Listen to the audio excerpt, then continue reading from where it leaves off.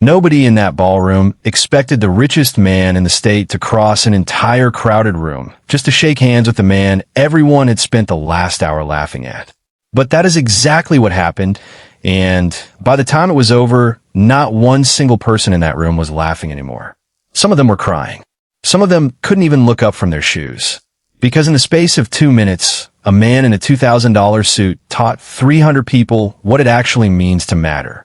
If you have ever felt small in a room full of people who used to know you, if you have ever walked into a place afraid of being judged for how far you've fallen, or how far you never got, then stay with me for this one.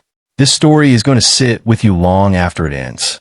Before we get into it, if stories like this move you, hit that subscribe button and tap the like icon, because it genuinely helps this channel reach more people who need a little hope today. Drop a comment and let us know where you're watching from. And if you've ever had a moment where a small act of kindness completely changed your day, tell us about it below. This is Kindness Waves, and every story we share here is a reminder that decency still exists, that it still spreads, and that it can still change a life in an instant. Now, let's get into today's story. Daniel Foster stood outside the Grand Oak Hotel in Springfield, Ohio, straightening a jacket that had seen better decades. It was navy blue, a little too tight in the shoulders now, purchased for his own high school graduation 20 years earlier and worn to exactly 4 occasions since then. 2 funerals, 1 job interview he didn't get, and tonight, his 20th high school reunion. He almost didn't come. He had told himself 3 separate times that week that he wasn't going to bother, that there was no version of this evening that ended well for a man who cleaned office buildings for a living and raised a 9-year-old daughter alone in a 2-bedroom rental on the edge of town. But then his daughter, Emma, had looked up at him while he was ironing that same tired jacket and said, "You look handsome, Daddy, like you're going somewhere important." And something about the way she said it, the pride in her small voice, made him decide to go after all. He pushed through the hotel's glass doors into a lobby, buzzing with laughter and expensive perfume. A banner stretched across the entrance to the ballroom read, "Welcome back, Class of 2006" in gold cursive letters, and beneath it stood a table with name tags arranged in careful alphabetical rows. Daniel found his own tag near the end, the letters slightly smudged where someone's thumb had pressed too hard while printing it. He pinned it to his jacket and took a breath before stepping inside. The ballroom was transformed. Chandeliers threw soft gold light across round tables draped in white cloth, and a live band played something smooth and forgettable in the corner, while old classmates embraced each other like long-lost siblings. Daniel recognized faces immediately, faces that had aged in the specific way that money ages people, gently, expensively, with good dentistry and better skincare.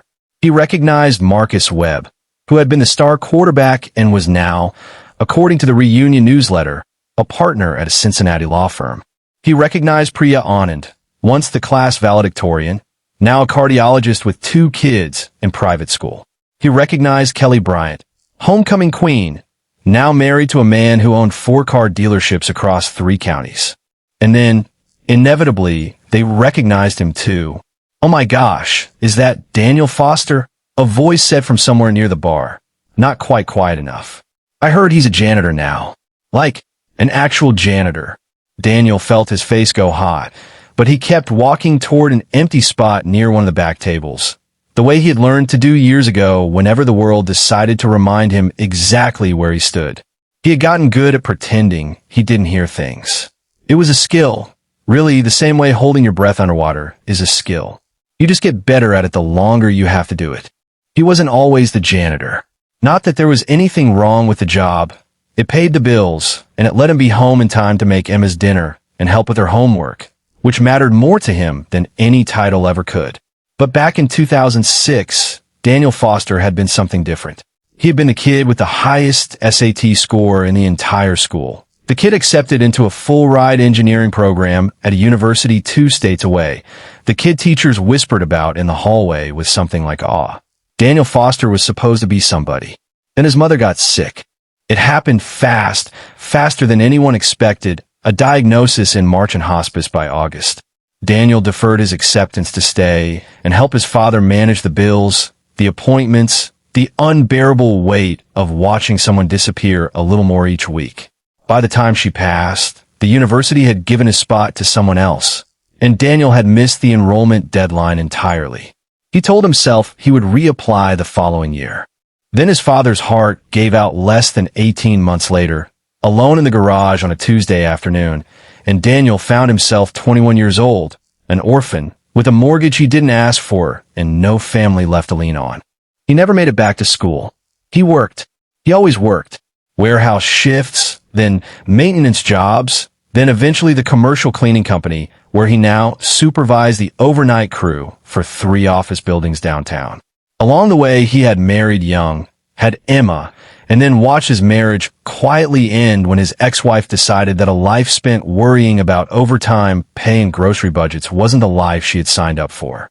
She left when Emma was 4. Daniel had been doing it alone ever since, and somewhere in all of that, he had simply stopped explaining himself to people.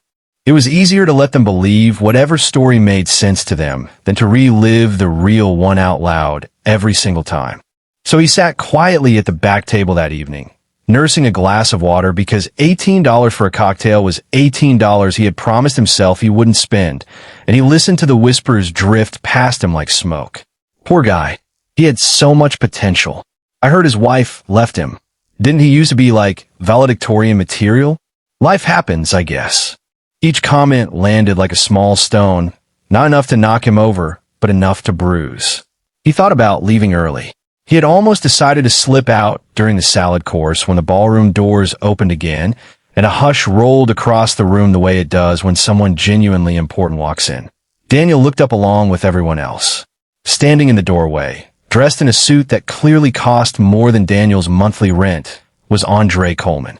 Nobody in that room needed an introduction.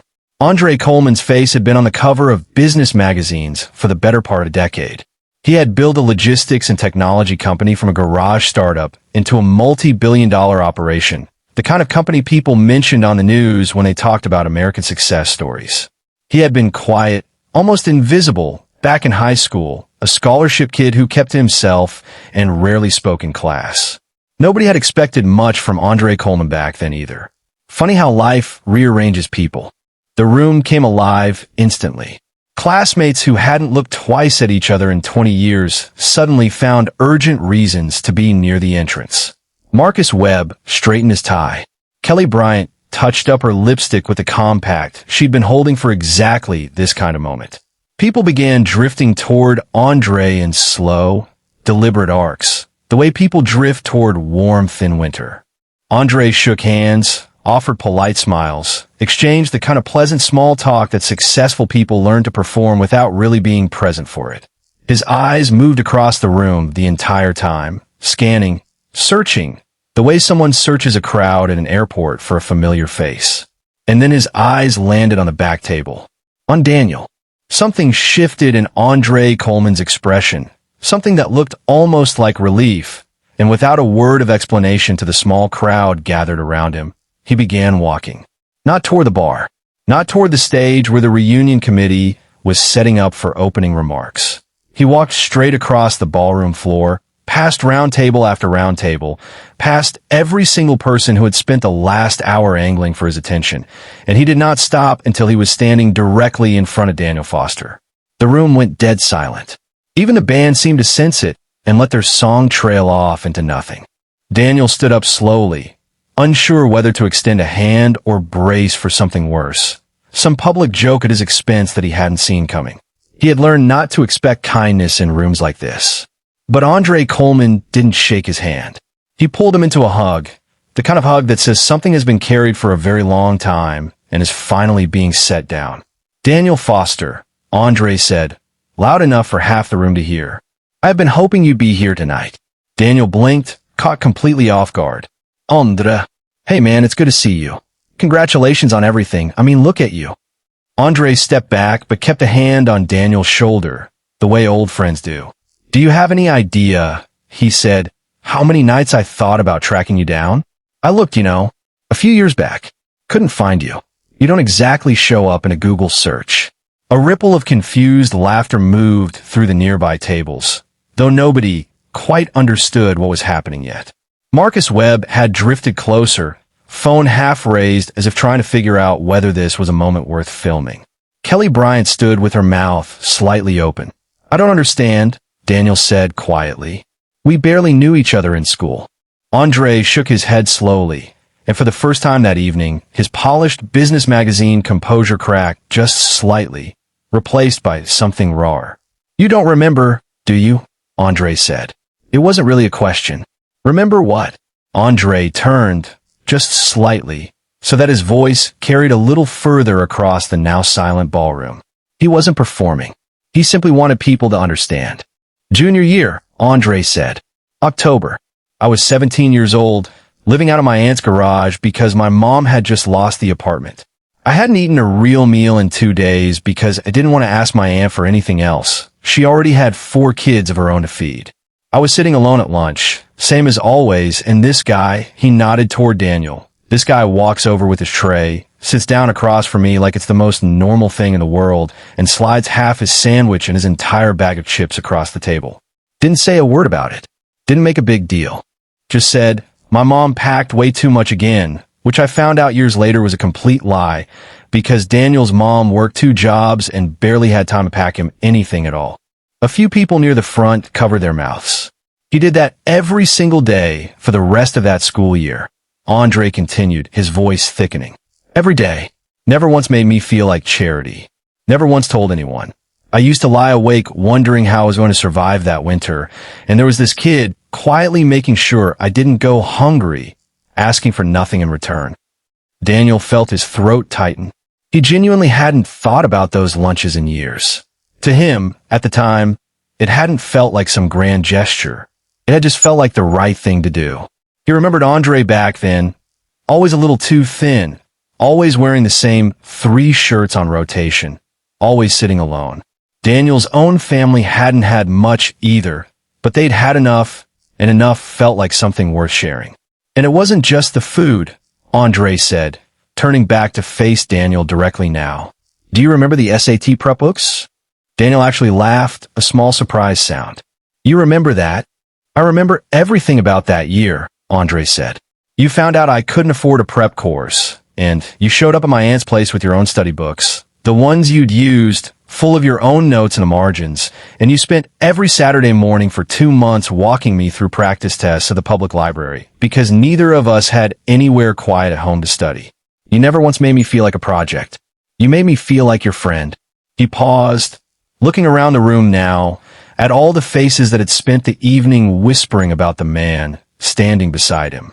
"I scored a 1450 on that test," Andre said. "That score got me a full scholarship. That scholarship got me into a business program I could never have otherwise afforded. That program is the entire reason I'm standing in this room tonight in a suit that costs more than most people's cars. Every single thing I have built, every job I've created, every family I've been able to help along the way, all of it traces back to a kid who shared his sandwich with a stranger and then spent his Saturday mornings making sure that stranger had a shot at a better life." The ballroom was utterly silent now. Even the waitstaff near the kitchen doors had stopped to listen. "I tried to find you after graduation," Andre said, his voice softer now, just for Daniel. "I heard about your mom. I heard about your dad not long after. I wrote you letters, Daniel. I don't know if they ever reached you. I moved around so much back then myself, addresses got lost. I always wondered what happened to you. I always hoped you knew how much you mattered to me. And tonight I walk in this room, and I hear people talking about you like you're someone to feel sorry for." He shook his head. "You're not someone to feel sorry for. You're the reason I'm alive to be standing here at all." Daniel didn't trust himself to speak right away. 20 years of quietly absorbing other people's judgment, 20 years of believing, somewhere underneath everything, that maybe he really had failed, that maybe the life he'd built out of sacrifice and hard work and love for his daughter was somehow less than the lives everyone else had built. And here was a man worth more money than Daniel could imagine, telling an entire room full of people that Daniel Foster had saved his life. "I didn't do anything special," Daniel finally managed. "I just did what anybody would have done." "No," Andre said firmly, and his eyes were shining now. "That's exactly the thing, Daniel. Nobody else did it. You're the only one who did." He turned then, fully facing the room, and raised his voice so that every table could hear him clearly. I built a company that now employs almost 11,000 people across this country, Andre said. And I want every single one of you to understand something. Success isn't measured by the title on your business card or the car in your driveway. I have met executives, investors, people with more money than they could spend in 10 lifetimes, and I promise you, most of them have never once done what this man did for a hungry kid who had nothing to offer him in return. Daniel Foster works nights cleaning office buildings so he can pick his daughter up from school every single afternoon. Do you know how many of the people in this room can say they've built a life around loving someone that completely? Because from where I'm standing, that's not a man who fell short of his potential. That's a man who's been living his potential every single day, just quietly, without anyone clapping for him. Nobody in the room said a word. Kelly Bryant was openly crying now, dabbing at her eyes with a cocktail napkin. Marcus Webb had lowered his phone entirely and was staring at the floor, his jaw tight. Andre reached into his jacket and pulled out a business card, pressing it into Daniel's hand. I'm not doing this to embarrass you or make you feel like this is charity, he said quietly, just between the two of them now. I'm doing this because I've spent 15 years wanting to say thank you properly, and because I happen to know my company is opening a new logistics and operations hub right here in Springfield next year. We need people who understand what real work looks like, people with integrity, people who show up. I'd be honored if you'd let me call you sometime this week. Not out of pity, out of respect. Daniel looked down at the card, then back up at Andre, and for the first time all evening, he let himself smile without holding anything back. I'd like that, he said. Andre pulled him into another hug, shorter this time. And then, to the surprise of everyone watching, he pulled out the chair beside Daniel and sat down at the back table. The same table people had been avoiding all evening and stayed there for the rest of the night, laughing, remembering, catching up on 15 years in the span of a few hours, while the rest of the room slowly, quietly, found their way over to, no longer to be near the billionaire, but to sit with the man they had spent the evening underestimating. Kelly Bryant was the first to approach, sliding into the seat across from Daniel with red-rimmed eyes. I'm so sorry for what I said earlier, she whispered. I didn't know. You didn't need to know, Daniel said gently. You just needed to be kind. That's all it ever takes. By the end of the night, the back table wasn't the back table anymore. It had become the center of the entire room. Chairs pulled in from every direction, people leaning in to hear stories, to laugh, to apologize in small, quiet ways for the assumptions they'd carried in with them that evening. Daniel Foster, the man who had almost turned around in the parking lot 3 hours earlier, ended up staying until the lights came up and the staff began stacking chairs around them. 2 weeks later, Daniel started a new position at Andre's company, not as a favor, not as a token gesture, but because during their conversation that following week, Andre had realized Daniel understood logistics, people management, and quiet reliability better than half the executives already on his payroll. Within a year, Daniel was managing operations for the entire regional hub. He bought a small house not far from Emma's school. He kept that old navy blue jacket, though, hanging in the back of his closet, not because he needed it anymore, but because it reminded him of something important. It reminded him that the years when he had the least were often the years he had given the most. And Andre Coleman, for his part, never let the story fade quietly into memory. He told it in interviews. He told it at company town halls when new employees asked him what leadership really meant. He told it, most importantly, to his own children, so they would grow up understanding that the people who help you when you have nothing to offer them are the people worth remembering for the rest of your life. There's a version of this story where Daniel Foster walks into that reunion, gets whispered about all evening, and drives home in silence feeling smaller than when he arrived. That version happens more often than any of us would like to admit. Somewhere tonight, there's a person sitting quietly at the edge of a room, being judged by people who have no idea what that person has survived, what they have sacrificed, who they have loved fiercely and quietly while the world assumed the worst about them. You may never know when you